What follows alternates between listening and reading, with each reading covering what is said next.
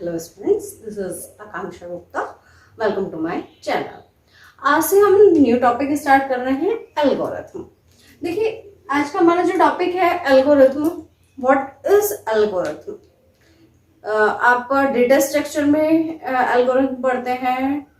जो आपका सब्जेक्ट है design and analysis of algorithm, उसमें भी आप एल्गोरिथम पढ़ते हैं। बहुत ज़्यादा रिक्वायर्ड है।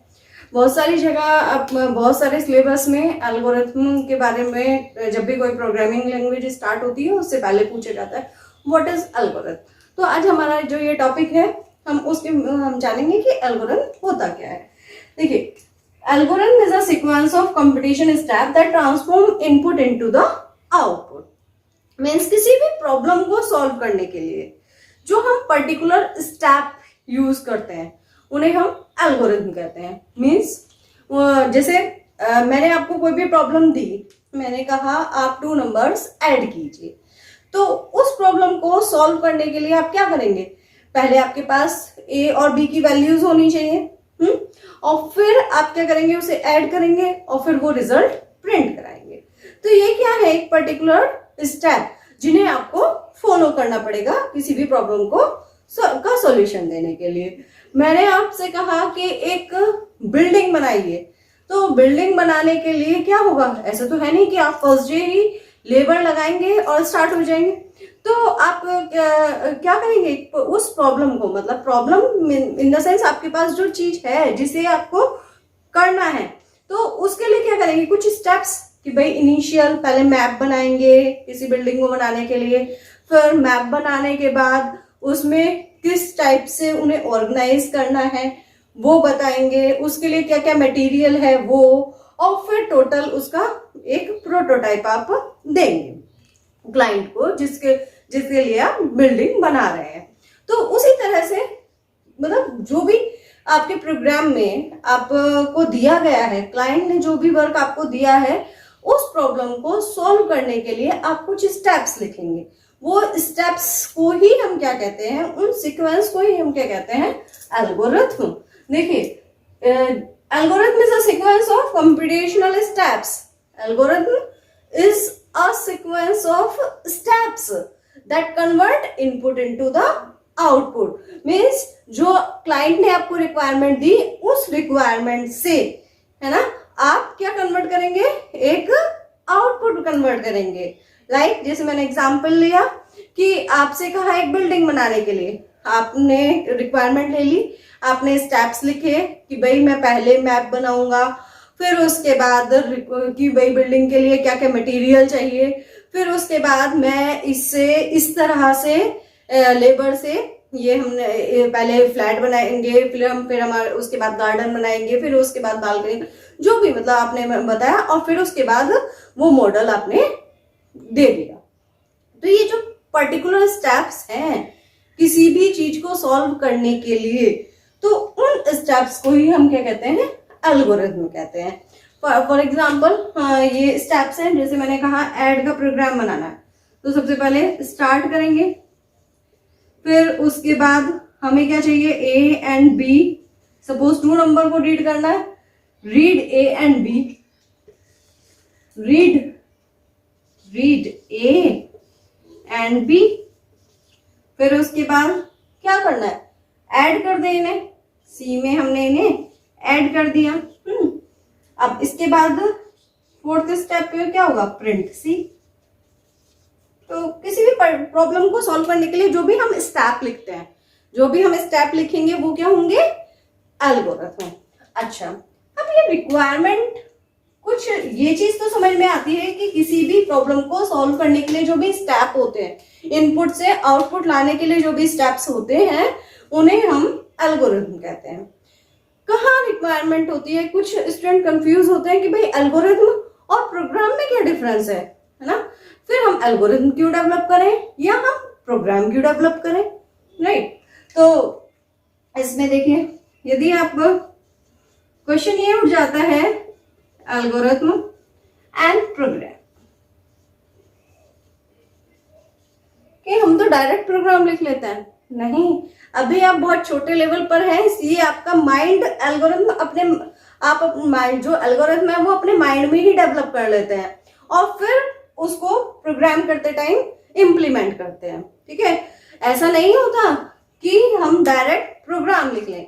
जैसे मैंने आपको बहुत अपनी प्रीवियस वीडियोस में भी ये दिखाया कि भाई मैच, हम एक पैटर्न बना रहे हैं और पैटर्न बनाने के लिए आपको क्या, मैंने आपसे बोला था कि भाई लॉजिक आप पहले कॉपी में बनाइए और कॉपी पेन से लीजिए, उससे बनाए और फिर प्रोग्राम डेवलप करें। मैंने बताया था आपको ये चीज।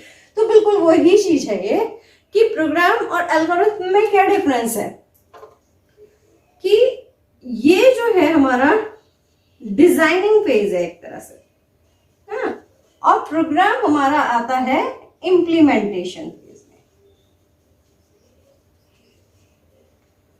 क्लाइंट ने आपको कोई चीज दी, आपने उसको को पहले डिजाइन करेंगे, प्रॉब्लम समझेंगे और उसके स्टेप्स लिखेंगे। ठीक है, तो वो होता है एल्गोरिथम। फिर उन स्टेप्स को किसी प्रोग्रामिंग लैंग्वेज में यदि आप कन्वर्ट करते हैं तो वो होता है प्रोग्राम। तो इसलिए ये जो है एल्गोरिथम कब किया जाता है, डिजाइनिंग फेज में, और प्रोग्राम हमारा एक तरह से इस डिजाइन की इम्प्लीमेंटेड फॉर्म है। लाइक जैसे आप ये सोचिए कि मैंने आपको किसी बिल्डिंग कंस्ट्रक्शन का काम दिया, तो आप क्या करेंगे, पहले मुझे एक प्रोटोटाइप दिखाएंगे। देखा है आपने मूवीज में भी देखा होगी, सबसे पहले क्या करते हैं, उस बिल्डिंग का मॉडल दिखाते हैं, शॉर्ट प्रोटोटाइप मॉडल दिखाते हैं जिसके लिए बिल्डिंग बनानी है कि भाई हम यहाँ पर डिमॉन्स्ट्रेशन दिखाते हैं ना कि यहाँ हम फ्लैट रखेंगे, यहाँ पर हमारा स्विमिंग पूल होगा, यहाँ गार्डन होगा, ये सब कुछ दिखाते हैं ना, दैट इज डिजाइनिंग पार्ट। ऐसा तो नहीं है कि आप एकदम बिल्डिंग बनाना स्टार्ट कर देंगे, तो वो डिजाइनिंग पार्ट है। आपको पहले प्रोटोटाइप दिखाना होता है जिसके लिए भी बना रहे हैं, फिर वो हो सकता है उसकी रिक्वायरमेंट कुछ और भी हो तो वो आपको बताएगा तो आप डिजाइनिंग में चेंज कर दें।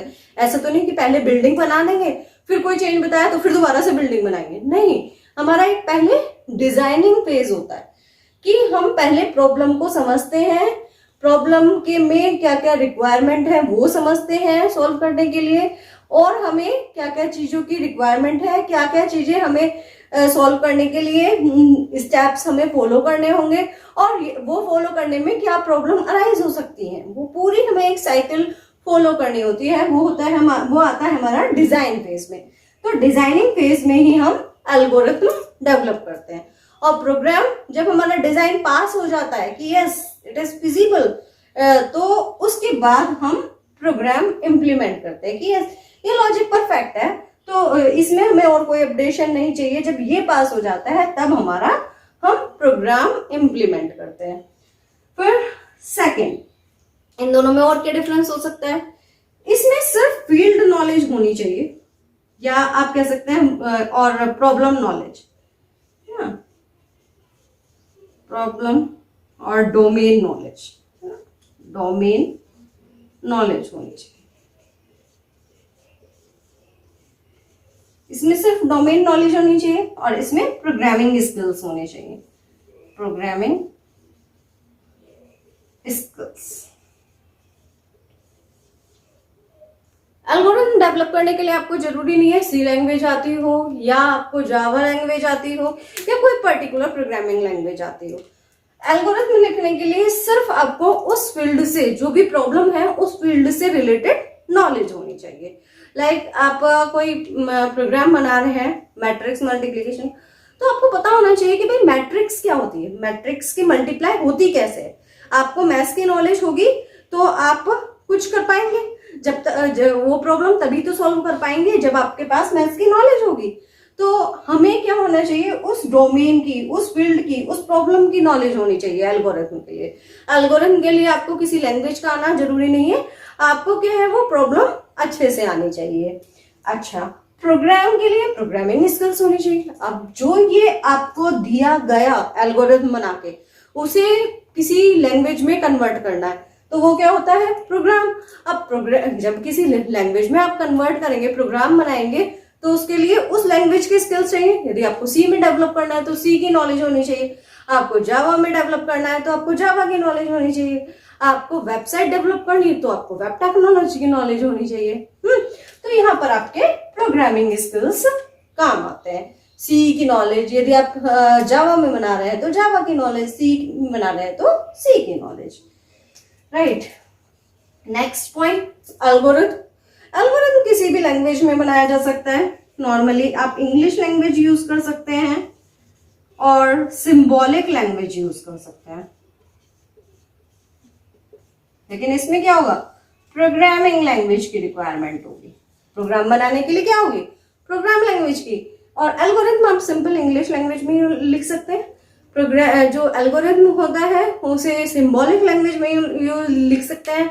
हिंदी आती है तो हिंदी लैंग्वेज में लिख सकते हैं। बस आपको स्टेप लिखने हैं कि वो पर्टिकुलर स्टेप आपके फॉलो होंगे जब आप प्रोग्रामिंग करेंगे। ये हमारी, तो हम ये इसमें इंग्लिश या सिंबॉलिक लैंग्वेज, हम एक कहते हैं स्यूडो कोड, वो भी यूज कर सकते हैं। अच्छा, तो यहाँ पर हमें प्रोग्रामिंग लैंग्वेज आनी चाहिए प्रोग्राम डेवलप करने के लिए, और यहाँ पर हमें इंग्लिश या सिंबॉलिक लैंग्वेज आनी चाहिए। इसमें एल्गोरिथम में किसी भी हार्डवेयर, सॉफ्टवेयर या ऑपरेटिंग सिस्टम की बात नहीं करेंगे हम यहाँ पर, लेकिन हम हार्डवेयर, ऑपरेटिंग सिस्टम और सॉफ्टवेयर से रिलेशन रहता है।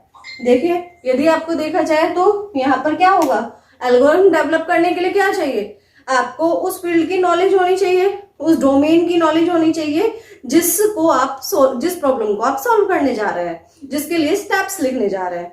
तो आपको हार्डवेयर सॉफ्टवेयर से कोई मतलब ही नहीं है। आप एल्गोरिथम में पेपर पेंसिल का यूज करते हुए लिख सकते हैं, ठीक है, लेकिन प्रोग्राम कहाँ लिखेंगे, कोई पर्टिकुलर एडिटर पर लिखेंगे, किसी ऐप के थ्रू बनाएंगे, किसी आईडीई के थ्रू बनाएंगे, कोई पर्टिकुलर हार्डवेयर कॉन्फ़िगरेशन की नीडेड होगी उस आईडीई के लिए, और कुछ सॉफ्टवेयर की रिक्वायरमेंट होगी, तो मतलब वो हमारे प्रोग्राम इससे रिलेटेड है। आई होप आपको क्लियर हुआ होगा कि एल्गोरिथम और प्रोग्राम में ये डिफरेंस है। अभी तक जब आपने प्रोग्रामिंग लैंग्वेज पढ़ी तो आपको ये कंफ्यूजन होगा कि एल्गोरिथम किसे कहते हैं और प्रोग्राम किसे कहते हैं। तो एल्गोरिथम हमारा डिजाइनिंग फेज है और हमारा प्रोग्राम इम्प्लीमेंटेशन फेज है। एल्गोरिथम जब आप डेवलप कर लेते हैं कॉपी पर, अपने पेपर पेंसिल लेकर जो स्टेप्स लिखते हैं वो एल्गोरिथम है, और जो आप प्रोग्राम बनाते हैं किसी एडिटर पर, जैसे सी लैंग्वेज में आपने एडिटर यूज किया टर्बो सी यूज किया, या देव यूज किया, या ऑनलाइन एडिटर यूज कर रहे हैं, वो जो प्रोग्राम लिख रहे हैं दैट इज प्रोग्राम, है ना। जो सोर्स कोड लिख रहे हैं वो प्रोग्राम है और वो किसी लैंग्वेज का यूज करते हैं। लेकिन जो आप पेपर पेंसिल पर इंग्लिश लैंग्वेज का यूज करके या किसी पर्टिकुलर लैंग्वेज का यूज करके कुछ स्टेप्स लिख रहे हैं किसी प्रॉब्लम को सोल्व करने के लिए, वो हमारा एल्गोरिथम है। ये आपको आई होप ये समझ में आया होगा। यदि आपको ये कॉन्सेप्ट अच्छा लगता है तो प्लीज मेरे चैनल को लाइक और सब्सक्राइब कीजिए, जिससे कि आपको फर्दर वीडियोस मिलते रहें। Thank you so much.